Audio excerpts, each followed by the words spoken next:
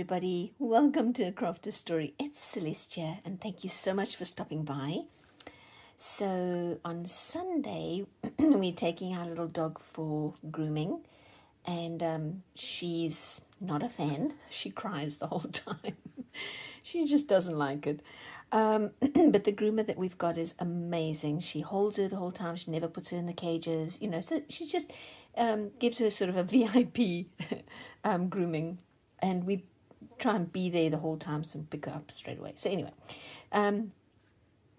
so for that reason, I always try to make a nice card for our groomer's birthday. And this year, I decided to do this one. So if you guys would like to stick around for a little bit after I've shown you this card, I'll show you how I finger painted this background design. And you probably figure out how I might have finger painted each of these little blobs to represent a flower. But then I also used my little squirty bottles to do some of the other dotty bits and the leaves and so on.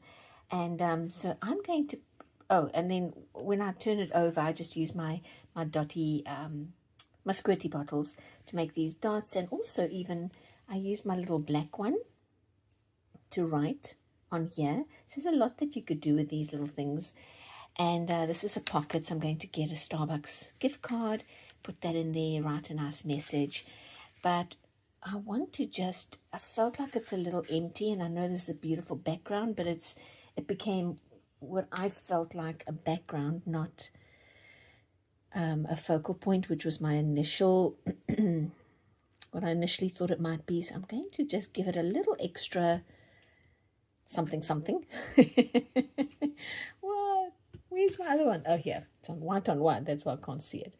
So I'm going to put these faux flowers.